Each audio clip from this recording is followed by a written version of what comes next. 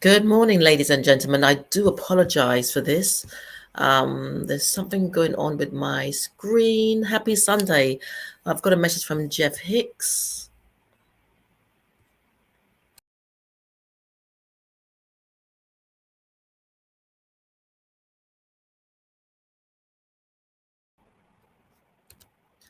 Good morning.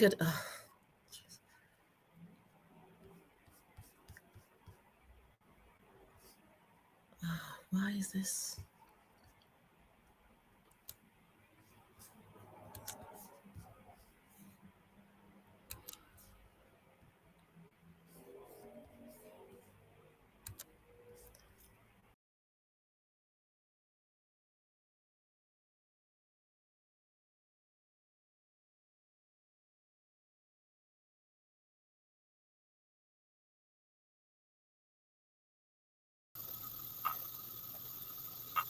Paulie. Oh, no. Hello. Hello, Paulie. Sorry, it's just interesting. I've had a problem logging on initially. Anyway, it doesn't matter. We are here. Ladies and I can't see you though, Paulie. You cannot? No. All right, hang on 1 second here. Well, let me just do an introduction. Ladies and gents, welcome to On the Sofa with Esther. Today, I have three incredible guests. I think, Paulie, you are a little early, but never mind, we'll make this work. No problem. No problem. We'll make this work. And so today with me, I've got three guests. My first guest should be on any minute. He's Corey Stoot. He's a renowned, versatile guitarist, better known as Funkafangez, and he's helped to evolve the use of the guitar. So we'll be having him on shortly.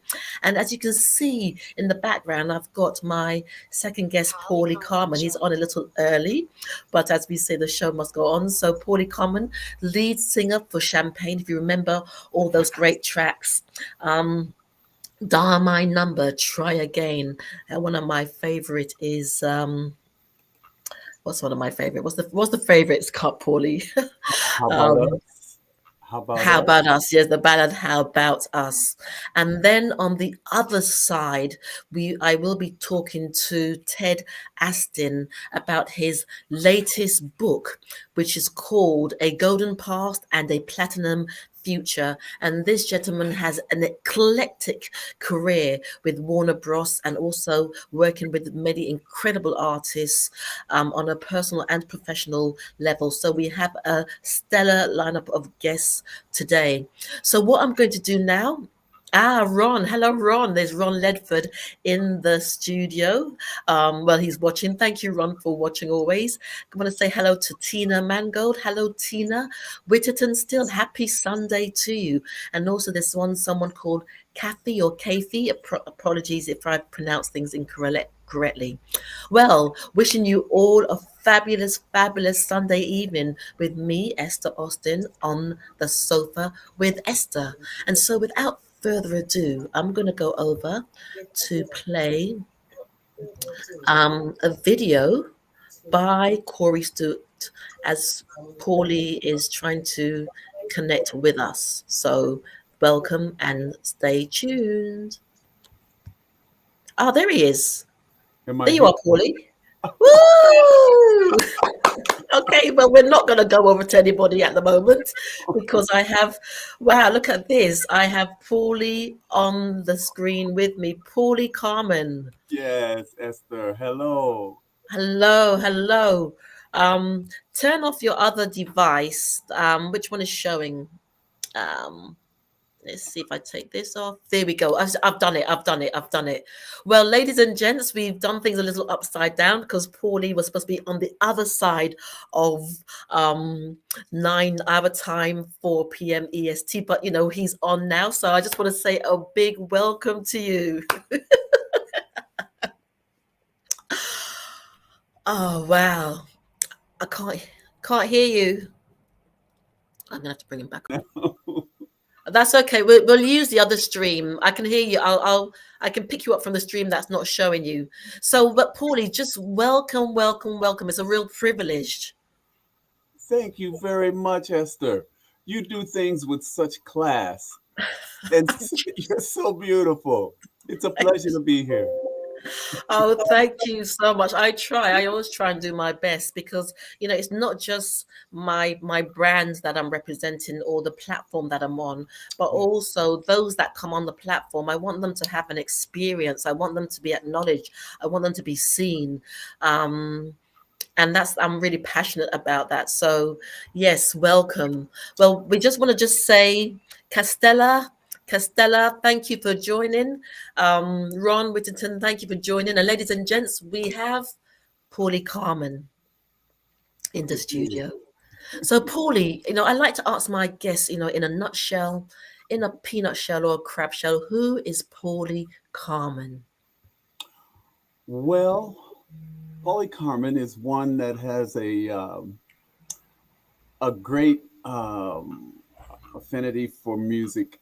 I've always loved being in music. I come from a musical family, a very large family. Well, maybe not so large to some, but three boys and I'm sorry, three girls and five boys. Oh, that's a lot. And everyone, yeah, we thought so. The house was very small, it got smaller every year. You know what I mean? But um, we all sang or danced. We all had an affinity for music. My mother and father were music enthusiasts.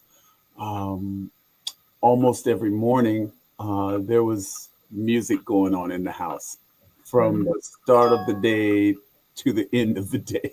There was always mm, music and someone singing or learning a song or picking out parts, and trying to sing together, learning harmonies and whatnot, learning how to write songs, uh, mm. learning what it means to perform in front of an audience, and Wow. how to you know, handle yourself on stage. Uh, I'm a lover of music. I'm a people person. Uh, I love to travel. Mm.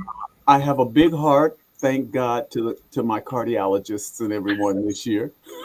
Yeah, I mean, you look incredibly well. I mean, Thank I don't know you. if you've shared, but do you mind sharing that your recent experience and coming through, Paulie? I don't mind. As a matter of fact, I would love to share, and I would like to first start out by maybe saying, everyone, get your heart checked. See your doctor and get your heart checked. Because for me, oh, it was prior to the pandemic. I had gone into the recording studio to put together another collection of songs for a new album for Mm, the spring that was coming up.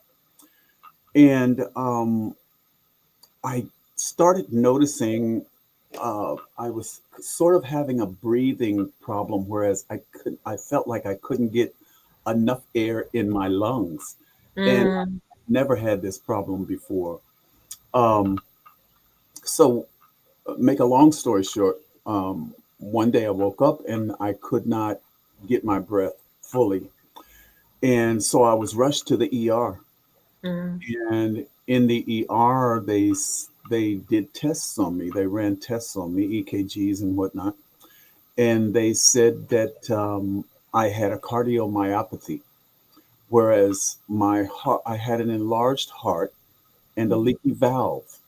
Oh wow. Um, these things I knew nothing about. I felt wonderful before before all of this, Oh wow. celebrating life and each day as it came, and music and just everything like that. Mm, And so this was in June of this past year, and they kept me in the hospital. They ran tests. They did a catheterization on my mm, heart, whereas they go through your wrist and your mm, jugular vein to go and look at your heart. And that diagnosis of the cardiomyopathy was found. And so I had to undergo a very serious heart surgery. And I don't know. I know I cut to the chase real quick when I'm telling this story mm. because it was very devastating. And I guess what the doctors told me is that I was very close to losing my life. They didn't really expect me to make it. unless Wow. I had this surgery. So I did have the surgery, and I'm doing so much better now. Just, I mean, I hope I touched on everything for you, You for did. everyone listening. You Um, did. yeah, but it's very serious, and it was something that I'd never experienced before, of course, but it was devastating to me in my life. I'm still in cardiac rehab, but the doctor Mm. told me I'm doing wonderful. So I'm feeling wonderful. I feel healthy, much healthier than I did prior. But I'm so thankful for the doctors and nurses, and I'm thankful to you, Esther, for just being in my life. Thank you, sweetheart. You're just No, I was persistent. I know I was persistent and I kept in touch because it was important. And especially after the third time, I said, please, can I interview him? And they said there was a series of things that you've been through over the past few years. That's just one of the things. But, for showing up, thank you for showing up. oh, And you do look incredibly well because when you were part of the gala. Now, ladies and gents, I put on a gala, hosted a gala on the Soul TV platform 2 weeks wonderful, ago, February the 20th. It was a virtual fabulous. gala celebrating the launch of the spring issue of my magazine. And Paulie, I love the message that you sent, especially with the little at the end. I thought, oh, that's so Oh, cute.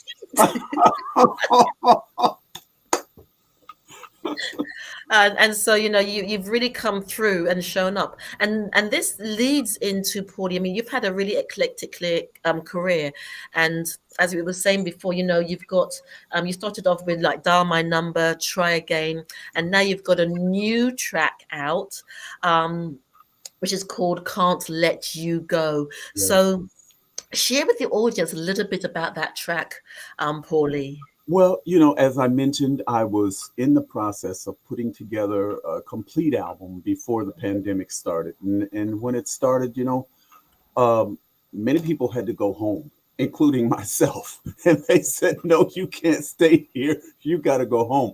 Well, anyway, I had recorded this song, Can't Let You Go. I'd started recording it. And after I went through, before I finished the recording on Can't Let You Go, Mm, that mishap uh, happened to me with my heart. okay. And it just seemed so befitting to finish the song, and I really had a reason why. Now I can't let Mm. I can't let you go. It meant more to me after going through what I went through than it did when I first started writing the song. Oh, Actually, wow. so there's a lot of deep, heartfelt feelings within this particular song, Can't Let You Go, because, you know, a lot of people went through great loss during this pandemic. Mm. And so I felt so many people can relate to this song because so many people have gone through so many heartbreaking, devastating situations with this pandemic and everything, and just in normal in life. And it also fit when it came to speaking of love and love Mm. relationships. Um, and so I felt really good about doing this song. I thought about John Legend while I was recording this song Why because, was that? well, the starkness of the song, I noticed with him, it could be mainly just piano and vocal, and that's the way Mm. the song started out. And I added guitar and bass afterwards. Uh, Paul Richmond on bass, who played on How About Us, Oh, and he wow. played on Try Again, and he Uh, he co-wrote the song Shining Star for the Manhattans. And he's a good friend of mine, lives in mm. Chicago, and his brother plays guitar and is also fantastic, Terry Richmond. Mm. So the two of them, myself, and Paul did some piano and keyboards on the song. We put the song together, and it was so poignant. It was Mm. just like a little baby bird in your hands. It was just that delicate. And I thought, I don't want a lot of orchestration and instrumentation in this song. I'll Mm. just let the vocals speak and let the Excellent. instrumentation be sung. Okay, well, what we're going to do now, I'm going to put up the track for everyone to listen. So, ladies and gents, you're on the sofa with Esther, and I have the privilege to be talking finally after, I think it's about 2 years I've been trying to get hold of you, talking to Pauli Carman. I've been persistent. I'm persistent. I'm a Sagittarius. Thank you. I'm a fan of you. I'm a fan. Okay. Thank you. So we're going to go over now to watching the video by Pauli Carman of Can't Let You Go. It's coming up on the screen.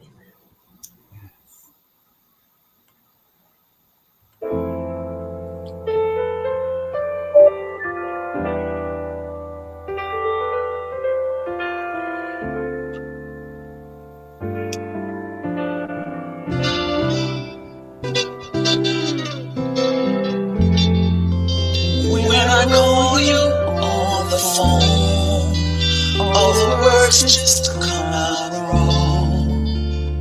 I can't seem to say what I feel. I only wish that you let me show you I can change. It won't be the same. I don't want to let you go. Why can't you give me another chance to show you? And even though you still say no, I just can't let you go.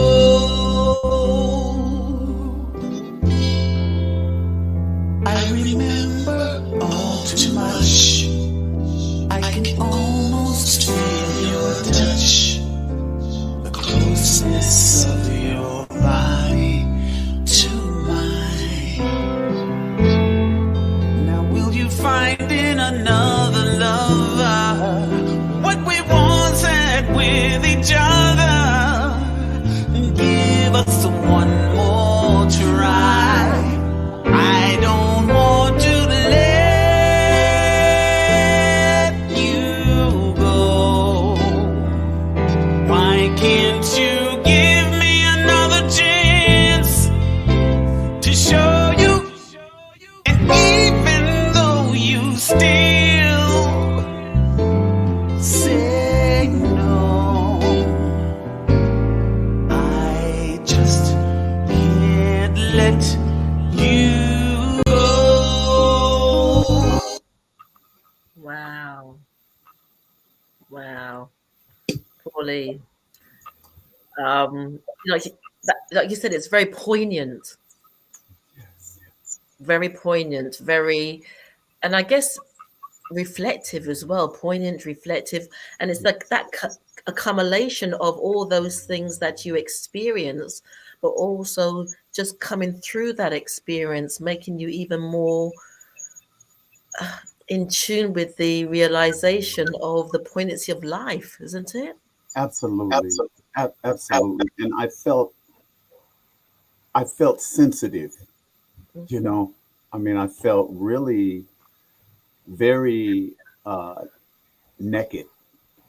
I felt, you know, I had gone through some deaths in the family, as Yes, you I remember. Yes. know, and so it was a very rough time, but very meaningful. It was that period of time was just very meaningful to me. Uh, to know that I had to be strong in a lot of ways that I wasn't used to at all. Wow. I had to bury my sister. I had to bury my brother. Um, and it was just a devastating time in my life. But God brought me through it and the strength. He gave me the strength to hang on and let me know that there's much more that I have to do. It wasn't my time to go. So I'm still here and people have to deal with me. They're going to have to deal with me for a little longer. Sorry. That's not such a bad thing. Oh my, that's not. And we've got a couple of messages. Message from Whittington still. Hello, Whittington. She says, real music. That's a lovely melody. Oh, Thank you, Whittington. thank you, We've Whitney. also got another message from Justin. Nice track. I give it 10 out of 10. Pauli Carman. Salute the Oh, legend from West Coast. thank you so much. Thank you so much. And let's see. And there's also a message from Castella. Castella says, classic, classic. Oh, lovely, Castella. Thank you very Thank much. Thank you, ladies and gents, for your message. And also, there's Adriana. She says, I am impressed. Thank you, Adriana. Big Oh, shout thank out. you, Adriana. Thank you. You know, it's always nice to have some interaction. So, ladies and gents, do, if you've got any questions for Pauli, do send them through. And it's lovely connecting. So, Pauli, I mean, you mentioned losing your brother and your sister. You mentioned going through a heart attack, and then, you know, out of it came this track. Now, I mean, we're still at the beginning of the year, so to speak. Yeah. So where is Pauli Carman going? Because you've started the year on quite a note. Yes, absolutely, absolutely. Well, the feeling in my heart is that I'm anxious to come out and perform now for the people.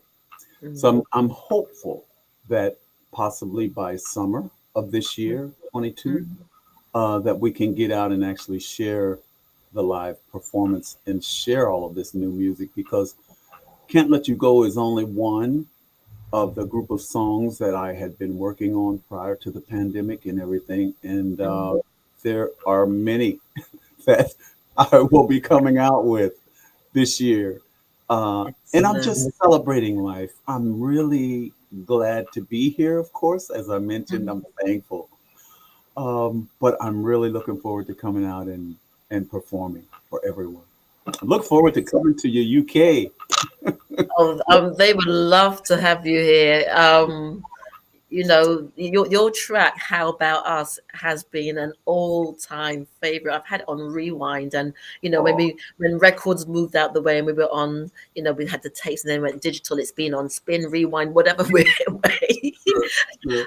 because it's a very, Thank very profound and poignant track. But Paulie, before we sort of wind down, in a sense, you know, you talked about the pandemic. How did you? I mean, outside of you dealing with all the things that you dealt with, you know, you. what was in your toolkit to help you, other than I would say maybe prayer, but what was in your toolkit that helped you through those moments? Because you said that you had to be strong on so many different levels. Yes, What were yes. the tools that you used that got you through? Well, I'll be quite honest. I had to remember that I had to be strong for a lot of other people.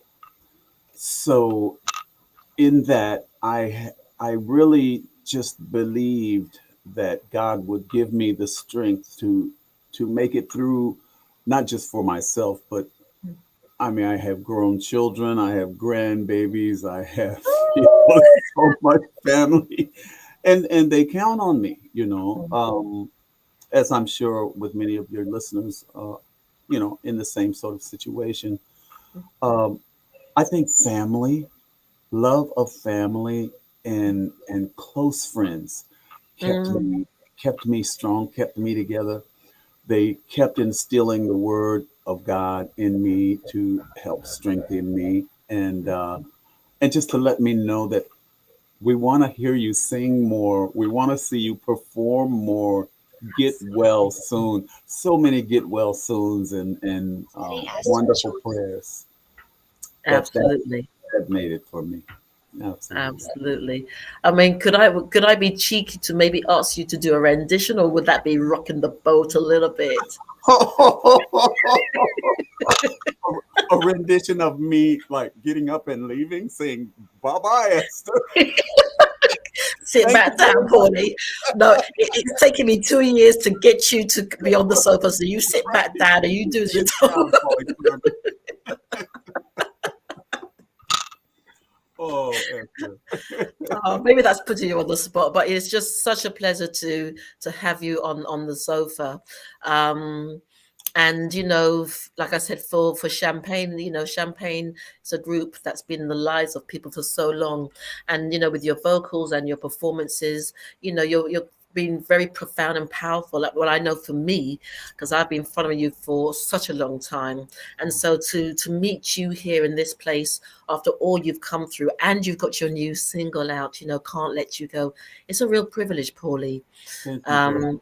Thank you, Esther. It's a privilege for me to be on with you because we've been trying to do this for a while now. And, I've been a fan. I've been in your publication. I've been in the wonderful Turning Point magazine. He has indeed. Just a pleasure. Because as I mentioned, you do things with such style. You do things with class. You can tell it's not just thrown together in a Thank rush. you. You've taken time, and we love you for that, Esther. Brilliant. Bless you.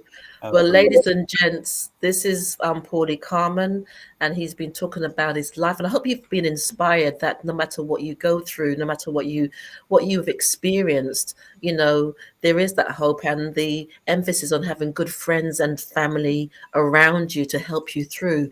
Because now, as you can see, Pauli is ready to take the world by storm. I'm ready. Um, I'm ready. he's My ready. bags are half packed.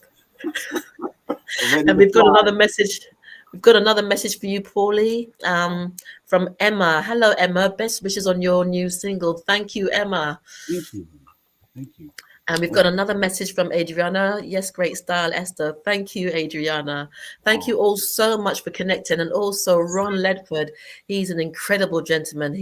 I think he manages Beth Griffith Manley, and she's an incredible performer as well. And Ron is always so supportive. So Ron, thank you so much. thank you. Thank you. And Paulie, and this really is the last question, really, really, really, because I've got Teddy Astin in the wings, and he's going to talk about his incredible book, A Golden Past and a Platinum Future. So this is going to be a really inspiring hour. But for anyone, Paulie, who has that dream or who may be going through some challenges themselves, what is it you can leave with them to say to them? Just keep going, hold the vision, you will come through. Absolutely, absolutely. And I'll let you know what I live by is keep God first and stay one with the universe.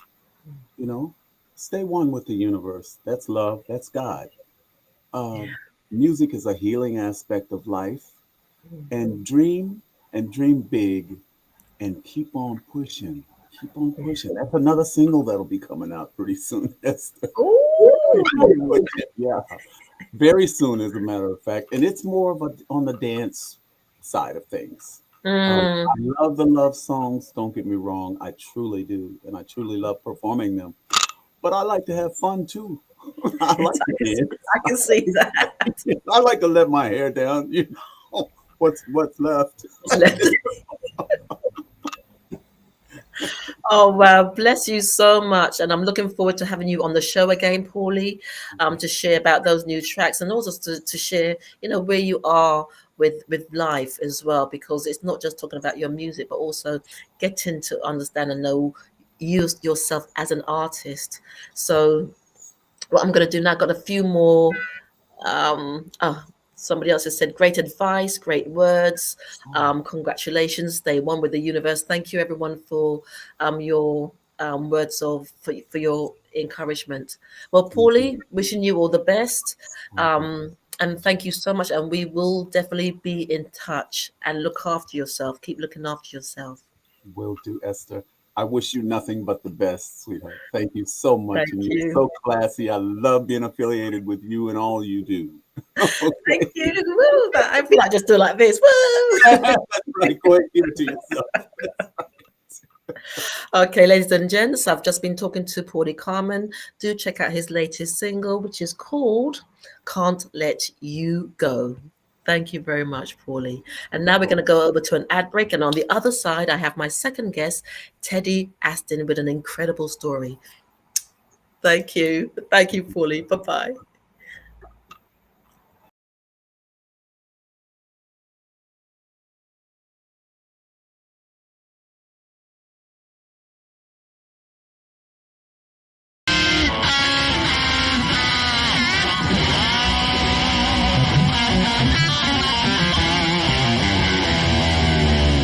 Greetings, my friends. My name is Corey Stoot, aka Funkafangez. I am a session producer and touring musician.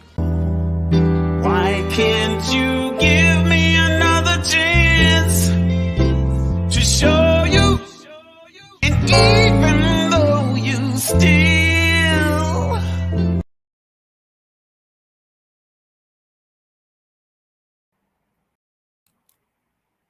Hi, I'm Valerie Holiday of the 3 Degrees. Let's get it on. It's time to get down. You're listening to On the Sofa with Esther. Hey, what's up, everybody? This is Inaya Day supporting Esther Astin on the radio On the Sofa with Esther. Get into it, y'all.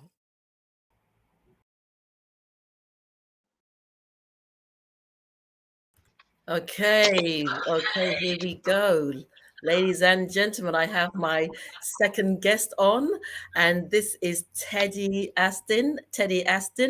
And he's just written an incredible book called A Golden Past and a Platinum Future. Welcome, Teddy.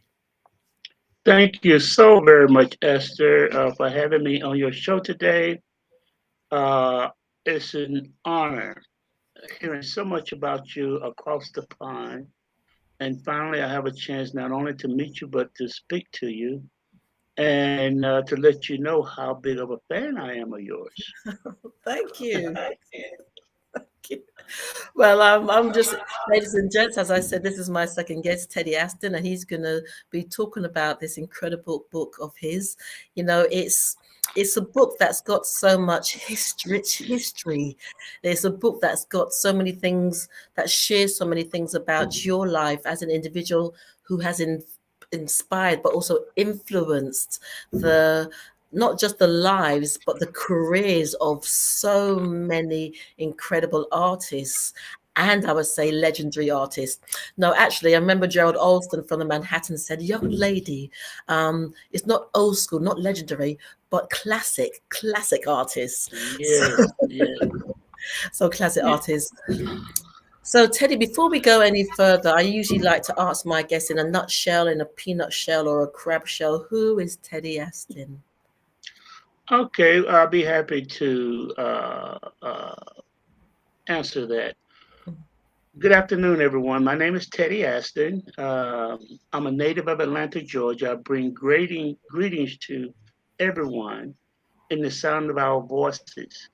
My name is Teddy Aston. I work for Warner Brothers Records for over 20 years, working and developing and promoting and marketing such superstars as Prince, Shaka Khan, Larry Graham, David Sanborn, Bob James, Al Jarreau, you name it, Morris Day and the Time, Sheila E., Sly Stone. Over the years, in fact, let me just be a little bit more specific, okay? Starting out with Quincy Jones, Madonna, Bob Marley, Shaka Khan, James Ingram, Rod Stewart, Patty Austin, Al Jarreau, Ashford and Simpson, Sylvester, Donna Summer, George Clinton, the Funkadelics, Bootsy's Rubber Band, Ice-T, Biz Markie, Sly Stone, Michael McDonald, Biz Markie, Larry Graham, Bob James, Foreplay, David Sanborn, Big Daddy Kane, Sheila E., March Dinner Time, just to name a few. Just to name a few, just to name a few of the artists that I had the pleasure of working with these artists, promoting their music, marketing their music, developing their careers, taking them out on promotional tours, hosting press parties for them, setting up radio interviews, TV interviews, in-store appearances. And, you know, Esther, when you love what you're doing, it's not really work. It becomes a passion. You know what I mean? So I was just fortunate enough to have the pleasure of working for these artists. In fact, I started at the bottom. Yes. And I worked my way to the top. I started working for Warner Brothers in the warehouse, in the distribution center. This was back in the 8-track era, before cassettes, before CDs, before DVDs. I started working in the warehouse. Uh, I worked in the warehouse for 2 years. And 2 years later, a position became available in the mailroom. I became the supervisor of the mailroom. Mm-hmm. And a couple of years after that, Warner Brothers Records decided to establish a black music division because Warner Brothers Records at that time was always considered to be a rock and roll record label and a country and western label. But with all the money that black music was making during that era, I mean, it didn't make sense not to be promoting and marketing and signing black artists and Black having a black artists. staff. So I once the company decided to sign artists, put together a black music staff, I was part of that history making dynasty. Excellent, excellent. And I read, reading your profile, your bio, Teddy. I believe a lot of that foundation for who you were and what you've achieved stemmed from, your formative years, especially as a child, because you were an entrepreneur from the age of 6. You Yes. and even I believe also just being influenced by your mother, having to raise 7 children, and then at the age of Mhm. 6, you going out. I think it was a paper round. Was it a paper round, if I remember Mhm. correctly?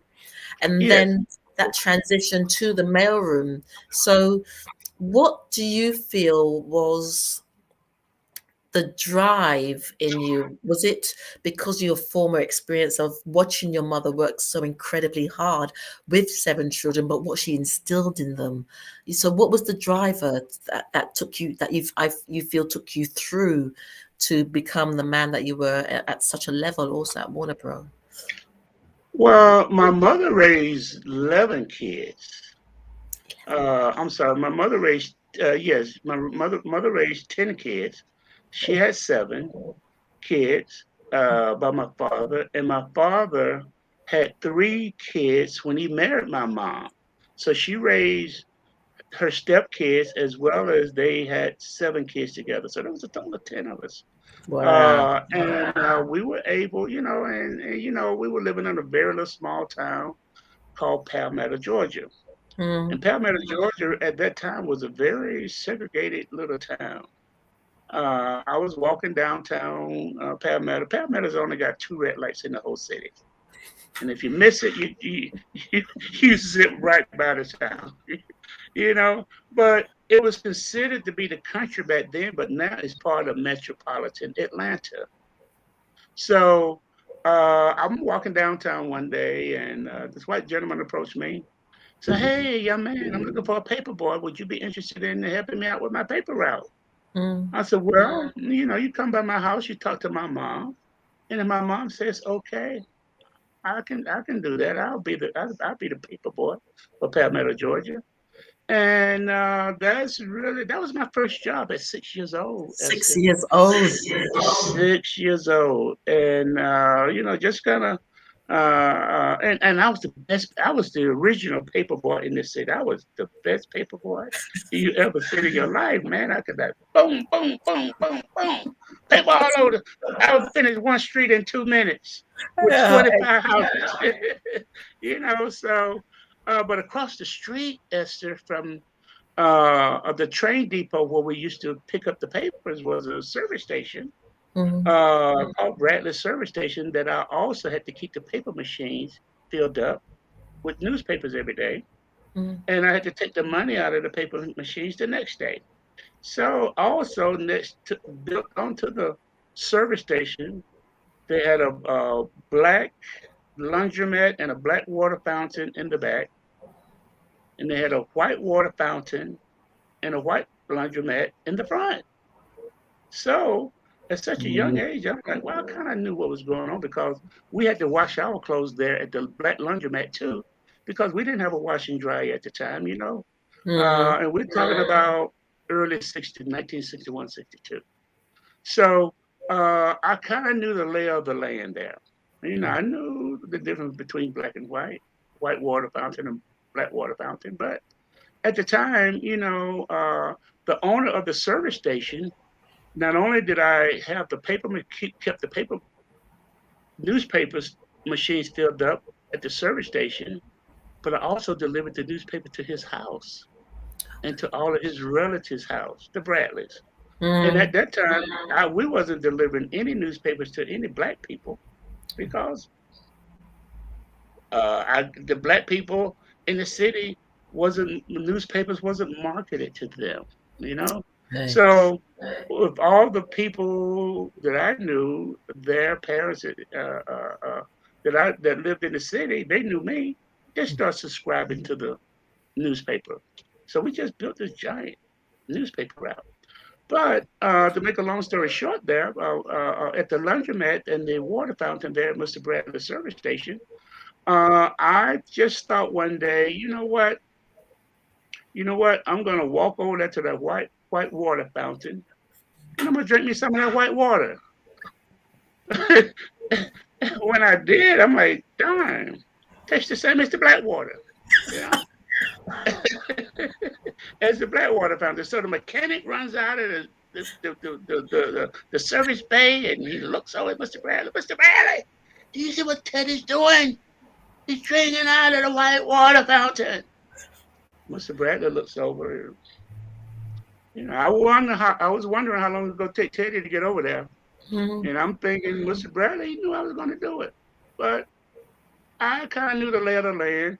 I used to hang around the service station after filling up the newspapers, had a little change in my pocket. So they also sold a lot of candy and chips and stuff like that. So I'd go in there and spend 50 cents, on candy bars, chips, sodas and stuff. So he really got a chance to know me. So Mr. Bradley wasn't necessarily a racist man, but it was a segregated town. That's what segregated everything, the black people and the white people. But basically, once I did that, Esther, the next day in school, everybody like, did you hear what Teddy did? What did he do? What did he do? He drank out the white water fountain. What happened? Well, he stole the paper boy. He stole the paper boy. He didn't get fired. Mr. Bradley didn't say nothing. But, Esther, back then, during those times, yes, it was very segregated there. And, he could have called the police. He could have got me fired on my paper route. That kids back then would disappear. You never heard nothing else. You never saw him again. So that was the kind of environment that was etched into that segregated town. But I was able to overcome it, and at that point, I would drink out of the water fountain every day. And I knew the clientele of the service station. I would get all of these stares. But don't you think that, I think that, that initial experience almost paved the way for who you became, because you rose through the ranks at Warner Bros. You literally rose through the ranks to become one of the most, I would say, you were incredibly, what's the word, Teddy? But okay, you rose through the ranks, and before that, you mentioned all these incredible artists that you've worked with. I mean, that's like a who's who of the music industry, of legends, as I said before. Yes. And what was it that you? Because you said what you did was what you enjoyed doing, so it didn't seem like work. So what was it like working with the artists? What was your personal mission of working with the artists other than promoting them? Well, basically, so once Warner Brothers built the Black Music Dynasty, I was part of the original staff. Warner Brothers decided we're going to build a Black music roster. We're going to hire a Black staff. We're going to hire the best people in the country. And there I was in the mailroom, because basically, people say, Teddy, how did you go from the warehouse to the mailroom to the boardroom? Absolutely. So, and when I was I was selected to be part of that legendary staff. We didn't have any black artists on the label. Every artist that I mentioned, we pretty much built their legacies and their reputations from scratch, from day one. And it was at that time, we was competing with all the legendary record labels like Motown and Atlantic and Stax Records and Chess Records and Arista, Columbia Records. All of those labels had artists winning Fire, Ohio, I mean, they just had a great roster of artists. But we were so fortunate because when we started, we started out with a young roster, with Candy Staten, Young Hearts Run Free, Yes. Prince, Ashford and Simpson. We were just signing one artist after another. Plus, we didn't grow the roster too big so that we couldn't give each artist the attention that they needed. We started out with a small roster of artists. We was able to give each artist the maximum amount of attention that they deserved and that we needed for them to achieve because our our goal for every artist was to take them to number one. It was to build their legacy, was to build a foundation. So we just went from artist to artist to artist to artist to artist. Before we knew it, man, we were the number one record label in the country for years to come. Along with that, I had the pleasure of hosting Prince's first promotional tour. Yes, I Uh, read. he was very shy at the time, and when I wanted him to come to Charlotte for a promotional tour, Warner Brothers had just signed Prince. So they gave him complete autonomy at 18 years old. They let him. Well, no, they didn't let him. Let me put it like this: when he brought the album to Warner Brothers, he'd already produced it. Yes, that's He wrote all Prince. the lyrics. He played all the instruments. So when he brought the album to Warner Brothers, it's like, here it is. There was nothing in that album that they wanted to change. And for a young man, that was unheard of back then. To sign an artist, 18 years old, to give him that type of authority, man, it was unheard of. But it was one of the best decisions Warner Brothers ever made because Prince turned out to be the biggest artist, not only of the label, but the universe. There was very few Yes. artists that ever reached that.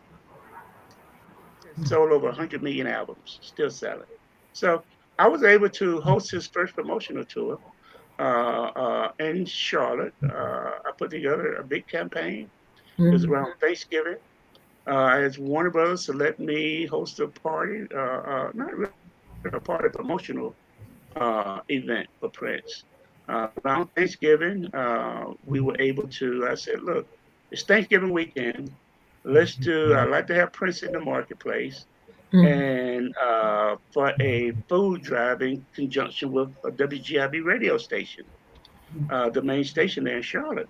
I'm like, Teddy, I don't think that's a good idea. I'm like, why not? Well, he doesn't talk. Well, so I mean, it may do more harm than good. Don't worry about that. I got this, okay? Well, I don't know, Teddy. Okay. So, what do you need for us to do that, Teddy? See, the other thing about the Charlotte, North Carolina, is that it had more black radio stations in North and South Carolina than any other part of the region. So that's why I was so successful and able to break so many records. So, Teddy, Okay. Teddy, what do you need to do this promotional tour for Prince? I said, well, I'm going to need 50 albums for every black radio station in North and South Carolina. Okay. What else? I'm going to need to advertise at every one of those radio stations in North and South Carolina because I want everybody to know where Prince is going to be Thanksgiving weekend. He's going to be in Charlotte, WGIB radio station, and I want each radio spot to say advertising the album. And if you want to meet Prince, he's going to be in Charlotte on Thanksgiving Day. And in order to get his autograph, you got to bring at least 2 cans of non-perishable food. in order to get his autograph. People were bringing box loads of food, Esther, carloads of food, truckloads of food, there to meet Prince. And you know what? The only thing he asked me to do for Prince asked me to do, he said, Teddy, when he arrived, he said, Teddy, what is it that you'd like for me to do? This is my first time, never been on a promotional tour. I said, well, here's the itinerary. Here's what I need you to do. He looks at the itinerary. I can do that. Good. He said, I only have one request. I said, what's your request? What you want to do? Name it. He said, when we finish this, take me to the movie to see Superman. Oh, wow. See Superman. Yeah, we can do that. Because, you know, Esther, every holiday weekend, the big blockbuster movies come out. You know, Thanksgiving, Christmas, New Year's, Memorial Day, 4th of July, you know, summer blockbusters. So, but we had created such a traffic jam because every radio station in North and South Carolina was saying, Prince is going to be in Charlotte. Here's where it's going to be at WCIP radio station. So there was so much traffic there, Esther. The State Patrol came to the radio station and said, what's going on here? Who's here? Who's here? Why is all of these people trying to get to the radio station? I said, who's in charge? Well, I'm in charge. Who's here? I said, I have Prince in town. Prince who? Nobody told the governor or the mayor or the State Patrol that a Prince would be in town. What's the royal entourage? I said, well, the king and the queen is at the hotel. We don't want to create too much attention, so I just brought the Prince. Okay. Anytime you ever do something like that again, you let me know. Yes, sir, I'll do that. And I said, oh yeah, and by the way, can you escort us over to the mall, Charlottetown Mall, to see to the movie theater? Yeah. So he said, yeah, I can escort, because there was still so much traffic there. You couldn't move. So he escorted us over to the Charlottetown Mall to see the movie, and we saw the movie and just kind of kicked it around. And after that, we had dinner, and after dinner, the next day, Friday, he was back. Caught a flight back to Minneapolis. So that was Prince's first promotional tour. But we did a lot to make that happen. Not only the advertising and the promotional giveaways at the radio station, but also we had to make sure that every record store in North and South Carolina had the Prince album and cassette in stock. And that weekend, and in fact, that weekend, it was unheard of to order 500 of an album of a new artist that nobody, that was brand new. 2 days, those 500 albums was gone. Wow. And that was the start of breaking that album, and it's spreading all over the country. Wow. Yeah. So what we're going to do, that's an incredible story. And that's why what we're going to do when we come back, we're actually going to go a bit more into, why you chose to bring out your book at this time. And I'd like you to share with the audience after the ad break, Teddy, some secrets that you've got in the book. I mean, you're not going to tell too much because we want people to go out and buy the book. So ladies and gentlemen, you're listening to On the Sofa with Esther. And with me, I've got Teddy Astin, who's talking about his new book, A Golden Past and a Platinum Future. So there's lots in there to tell and to share, but he's only going to give you a segment today because we want you to go out and purchase the book. So on the way back, we will be talking to Teddy. All right. Right. I'm going to go over to an ad break. Turning Point, your lifestyle, your well-being magazine. The spring 2022 issue is out now. Grab your luxury lifestyle digital and print-on-demand copies by visiting the link below. Turning Point.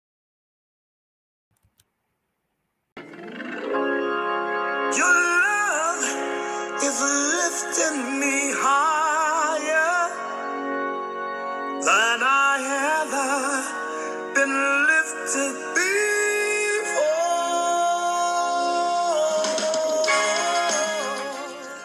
This is Plateau Music recording artist Bobby Brooks Wilson, son of the late great Jackie Wilson.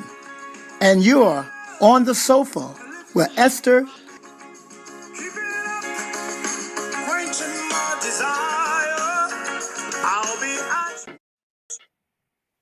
Okay, ladies and gentlemen, welcome back to On the Sofa with Esther. My second guest is Teddy Aston, who's talking about his latest book, his new book, A Golden Past and a Platinum Future. And excuse me, as you heard before the ad break, Teddy was sharing about his experience with Prince, and also all the other incredible artists that he's worked with. Right, we've got a few messages. That have been flashing up, Teddy, before we move any further. Now, this is from Ron Ledford, and he says, Warner Brothers, WEA, gave us R&B giants like Prince, Anita Baker, and Gerald Albright. Right, who else? Castella says, amazing history. Thank you, Castella. And this person just says lots of beautiful signs, but thank you so much. I know that you're listening and enjoying the show. Ladies and gents, if you've got any questions that you'd like to field to Teddy, do send them through. Right, Teddy, what I'd like to talk about now is, why now? Why have you chosen to bring the book out now? And also, I'd love for you to share at least one secret that you've got in the book. So go ahead, Teddy. Well, I got a lot of secrets. I'm gonna kind of run through them as fast as I can. So you just slow me down or stop me whenever. Okay, I'll do you that. want to, That's my okay? stop sign. Okay. Okay, that's okay. Okay, so basically, Esther, I've always been inspired to write a book. People, because I have some very iconic pictures of artists that's in my relationship with them and working with them over the years that people have never seen before. And on my social media, mainly a Facebook page, occasionally I would post a picture of an event with different artists at different times that I had the opportunity to work with over the years. And people are always saying, Teddy, man, these great photos you have, you should write a book. People have been telling me that for years, Esther. And I'm like, yeah. So when COVID hit, things kind of slowed down and I had a lot of time on my hands. So I started looking through all of my photos, and I'm like, and Esther, every photo has a story. Yes. There's not just a photo. Every photo has a story. So I'm looking through my photos and looking around, and I'm like, I need an editor for my book here because I'm going to get busy here real soon. So when I started writing the stories, Esther, I couldn't stop. Every photo has a story. So I had all of my photos digitized. So that way, they all look pristine. All of my photos in my book look like they was taken yesterday. So one photo after another, one photo after another, a photo with Bob Marley, photo with Candace Staten, photo with Miles Davis, photo with Al Jarreau, photos with George Duke, photo with George Benson, photos with Earl Klugh, Patty Austin, James Ingram, Albie Shore, Candace Staten, photos with Ashford and Simpson. Ashford and Simpson was played matchmaker between my wife and myself. Um, Sylvester, photos with Donna Summer, photo with Madonna, photos with Jennifer Holliday, Frankie Beverly, Atlantic Starr. I even tell the story how Luther Vandross got his first start in the music industry. Sly Stone, I hosted his last promotional tour. In fact, I hosted Bob Marley's last promotional tour. So I just kind of give you a story here on a few of these. Bob Marley. By this time, Esther, I'm moving up the ladder. At this time, I'm the national director of promotion for Warner Brothers. I'm living in Washington, D.C. at the time. So Bob Marley had just released an album called Survival. And it was this album with all the flags of the South African nations speaking out against apartheid. So that album was released. I'm hosting a party in Washington D.C. Everybody's there. I mean, Washington D.C. People from Congress, the Senate, radio, TV, record stores, record distributors. Great party, great turnout. Maybe and the stories in the book. So basically, after the party, Bob Marley said, Teddy, man, I really appreciate what you're doing for me. He said, would you mind coming up to the suite for a little while? Sure, I'd be honored. I'd love to join you. Come on up to the suite. we sit around kicking it a little bit. And he said, Teddy, do you ever go to Jamaica? I said, sure, I go to Jamaica. I usually take my family there every year. He said, what part of Jamaica do you go to that you like? I said, we usually go to Negril. He said, man, Negril, my home is only 10 miles from from Negril. He said, next time you go there, next time you want to go, I got you. He said, I'm going to have my guide come over to your resort and give you the real Jamaican tour. Not only are we going to give you the real Jamaican tour, but my guide is also going to take you over to my childhood home where I was raised. His childhood home is in the boat. My wife and I sitting on his bed. In fact, they closed down the tour of his home to escort us, give us time in and out. It was surreal. Wow. You know, in terms of just being in his presence. But that was his last promotional tour. 6 months later, he died from cancer. Yes. Yeah. So Sly Stone, Sly and the Family Stone. Everybody knows about Sly and the Family Stone. Oh, Their yes. long history that they have. After Sly Stone, after the group broke up, Sly Stone goes solo, and he's looking for a home. So he signs with Warner Brothers. Okay, now Sly Stone.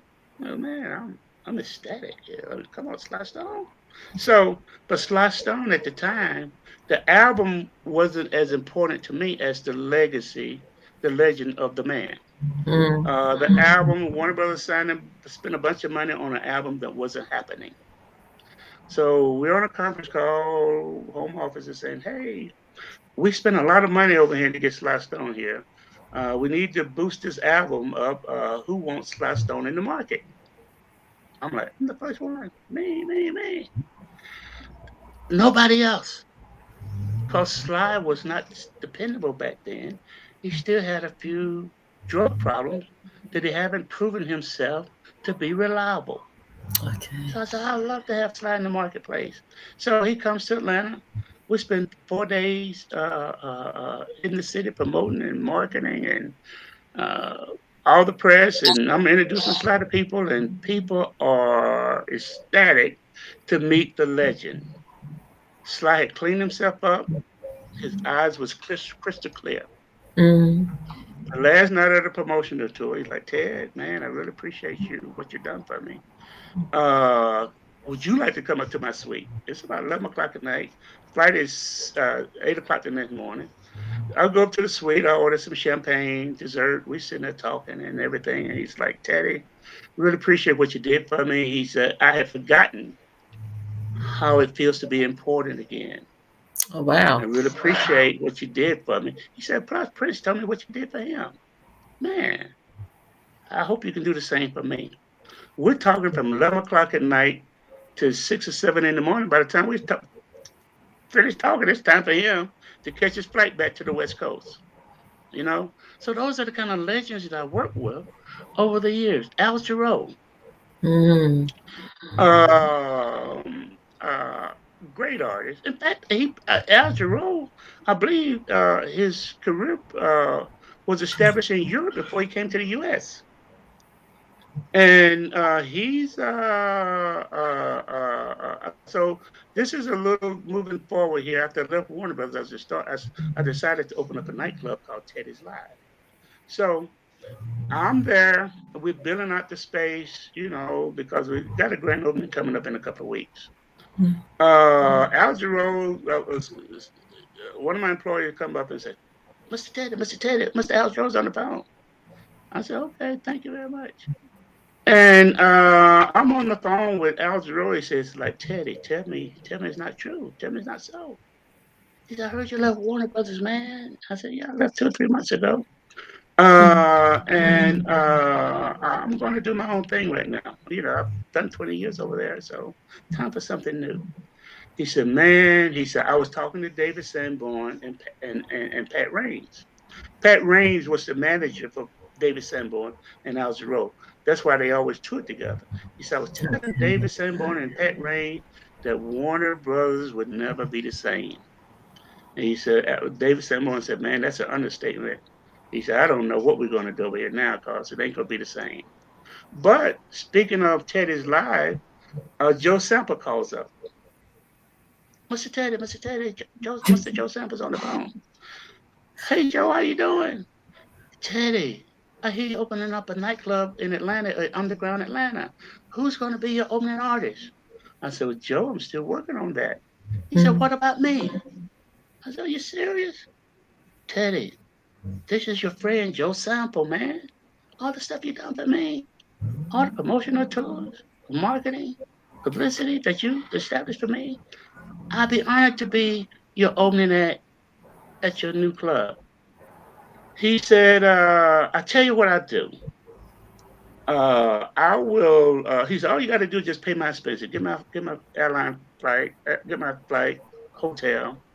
He said, I'll play for you for 2 weeks, 2 nights, 2 shows a night for 2 weeks, absolutely free. Wow. I'm like, ooh, I'm overwhelmed, man. It was those were the kind of relationships that we were able to build. Miles Davis, I had him on his last promotional Oh, tour. wow. Yeah, Miles Davis. Miles did an album. Miles, so many artists. So around that time, so many artists was looking at the success that Warner Brothers was having. So they wanted to come over to Warner Brothers now. Now, Miles Davis wants to come over. He's coming over. Atlantis Star is coming over. Frankie Beverly and Mays is coming over. You know, these are established artists now. They're saying, hey, we never had the kind of success that Warner Brothers is having over there with their roster. We're not having that success here where we are, so we might as well make a move. But Miles Davis, his last promotional tour and his first album on Warner Brothers his first album was called Tutu. It was a tribute to Bishop Desmond Tutu of South Africa. And if you look in the book, or if you Google Miles Davis, you'll probably never see a photo of Miles Davis smiling. I have a photo with Miles Davis in my book during the promotional tour where he's smiling. I call that photo Miles Smiles. Great photo. Sylvester, man, the disco queen. Well, let me tell you about the disco. I worked with a disco queen, Donna Summer. Oh, yes. I worked with a disco king, Sylvester. And I worked with a prince. So those are 3 accomplishments that very few people will ever obtain in their careers. Sylvester, he's the disco king. Well, you know what I'm gonna say, Teddy, because of time, and also we want people to go out and get the book, because I'm sitting down and I'm thinking this is a documentary. It is. It really. Eventually, that's my goal, is to have it as a documentary, because Yes. it is so legendary that we're just in the process. In fact, we're in the process of doing an audio book as well. But the Excellent. book is available on Amazon, Amazon.com. Also, Esther, I have a website just for the book. Okay, The because Stella's just website, asked about the book. okay, the website is toughact.net, like a tough act to follow. Tough act, TOUGHACT.net. Okay, I'm gonna write that down. www. Tough Act. www.toughact, TOUGHACT.net. All you got to do is just think of that Esther, she's a tough act to follow. So it's toughact.net. Yeah, and you can go to the book. You can go to the website. The website will take you directly to Amazon as well. But also on the website, you'll be able to see some of the book reviews. You'll be able to see the table of content. You'll be able to learn more about me as the author of the book. Just the website will give you so much information. Also on the website, toughact.net, you can leave me a message and I'll get it. Also, if you want to, when you buy the book, you want to leave a book review. Your book review will be on my website as well. You can see you can see most of the book reviews on the website as well. So also, I have a proclamation on my Mhm. website from President Joseph Biden for all the work that I do in the community as well. You see, there's going to be a part two to this interview, Teddy, because there's so much that you've shared already, and there's still so much more. But I do love like the way you narrated your journey and you shared some of your secrets. You know, you do have that energy of engaging people into not just your narrative but your journey, your story, and the names that you're dropping. It's almost like these are incredible, like you said, legends. Yes, these are And you were legends. such a huge part of that. It's almost like, Soul Train was a huge part of many artists' lives back in the day, and so I believe you're a bit the same. You're a different type of train, but you're a train anyway. Moving through the lives of people, um, and ultimately now you're able to recount those stories in your book called A Golden Past and a Platinum Future. A golden past and a platinum future. And before we actually wind down, I know I've gone over time slightly, but this has been an incredible interview. um the title, how did you come up with the title? I mean, it is very apt for the content that you share. Okay, well, a golden past. I've been truly blessed in my past, the road that I traveled. So that's my golden past. However, a platinum future Mm, is what I'm having now because my book was inspired by my 65th birthday a couple of years ago. mm, So most people, when they're reaching that age, senior citizens, getting Social Security, they're winding down. You know what I mean? They ain't trying to do no work. They're mm. trying to enjoy the fruits of their labor. But me at 65, I'm not winding down. I'm winding up. So I have a platinum future. I've had a golden past, and I have a platinum future ahead of me.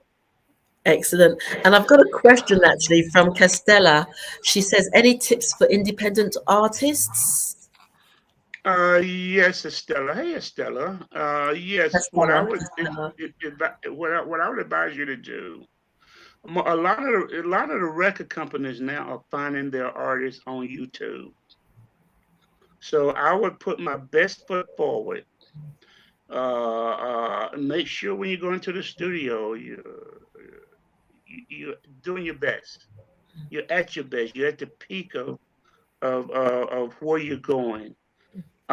Make sure it's mixed professionally. Make sure it's mastered professionally, and try to do a video and post it on YouTube. In fact, a lot of people are doing videos now on iPhone, so you don't have to Yes. go out and spend the kind of money that you used to in the past. You can do a nice professional video with your iPhone and post it on YouTube, and that's where a lot of the record executives are looking for artists now. They're not listening to a bunch of tapes and DVD and CD. They're looking, they're looking on YouTube. They're looking on TikTok. They're looking on social media, Mm, Instagram. So that's what I advise you to do. thank you. Thank you. Hope that was helpful, Castella. And I do have another question. Sorry.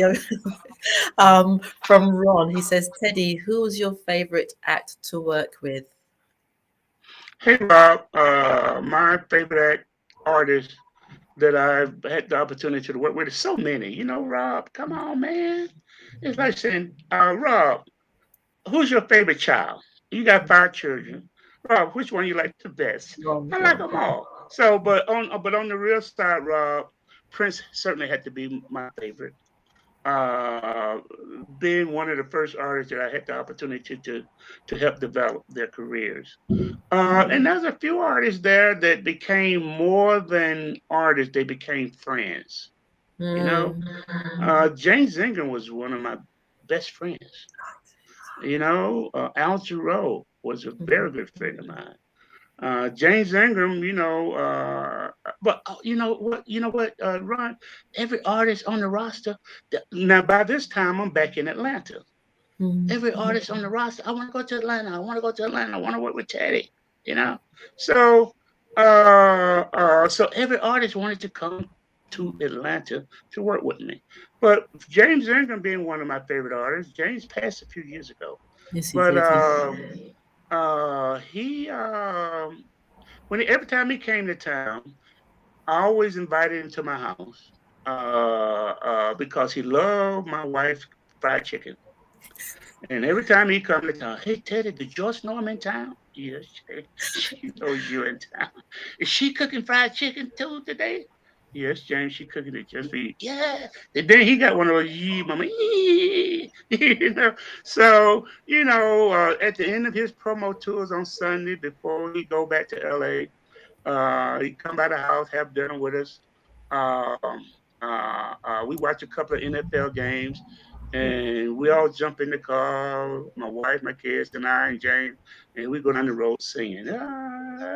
Everybody, so a few of those artists. Ashford and Simpson, I love those guys. Nick Ashford, he passed a few years ago, but man, when they met my wife, we wasn't married at the time, but they're like, man, Teddy, ooh, when did y'all meet? Are y'all gonna get married? How long you been knowing each other? I couldn't get a word in. They were talking to my wife. So they were talking to George at the time, George, Excellent. where you from? So it was really, really nice. Jennifer Holliday. Man, I mean, I love working with her. Madonna. You gotta read the book to see the Madonna story in the book. Okay, yeah, there we go. So I'm not going to allow you to say anything more, Teddy, because people have to get the book. And Get the book. Ron, thank you so much. He says, thank you both. Great Thank interview. thank you, Um, Ryan. and Castella as well. Castella is an independent artist who is really, really doing incredibly well at this moment in time. So, Castella, thank you so much. She says, great interview. Love this. Thank you all so much for joining us this evening. I've had two incredible guests. The first one was Pauli Carman from the lead group Champaign. And my second guest has been Teddy Astin about his wonderful new book, A Golden Past and a Platinum Future. And I love that platinum future. I so get that. I so get that because Thank you. I've been inspired by that, because for me, my journey is really starting to plateau, and I'm There you looking go. to step into that platinum future. I'm Yes, I see you are. On the sofa with Esther and all of your celebrity interviews and being the chief editor of Turning Point. I think you're just getting started. I The am. best is the best is yet to come. Thank you. And I feel that. I really do feel that. So, Teddy, it's been an absolute pleasure. And I would love to have you back on, because I can sense there's a part two and a part three, because there's just so much more. I think we've just touched on Yeah, we um, have. a We small haven't. part. We haven't Yeah. even scratched the surface, but I thank you so very much, Esther. It's a pleasure to be on the sofa with you. Thank I you. have reached another plateau in my career on the sofa with Esther, and I do appreciate it so very much. You're so kind. All right. Thank you. Wishing you a Thank fantastic you. week. And I will definitely be in touch with you, Teddy. Yeah. Thank you. Anytime. Have a Thank good you. day. Thanks Right. everybody. Get that book and send me an email through my Your website. website. Okay, I'm going to put your website up again, ladies and gents. It's There's the website, that's it. scruntough.net, Yeah. Toughfact.net. www.toughact.net. Yeah. All Just right, like brilliant. just like Esther, she's a tough act. Thank you. All right, thank you. All right. Thanks And I want to everybody. say thank you to Andre Pittman for connecting me with Teddy as well. So, Andre, thank you so much for this opportunity. Thank you, Andre. We appreciate you, brother. Thank you. Bye. You're welcome. Oops. Ladies and gents. Oh, it doesn't bring me up. Oh, anyway, but ladies and gents, just want to say a big thank you for joining me today. Wishing you all the best, and also rather randomly, this is for anyone who's in London. I've got 25 pairs of tickets to the baby show at the XL in London to give away. So if you are interested, contact me, DM me on Facebook at on the sofa with Esther or on Soul TV, and wishing you all the best. See you same time, same place next week. Thank you.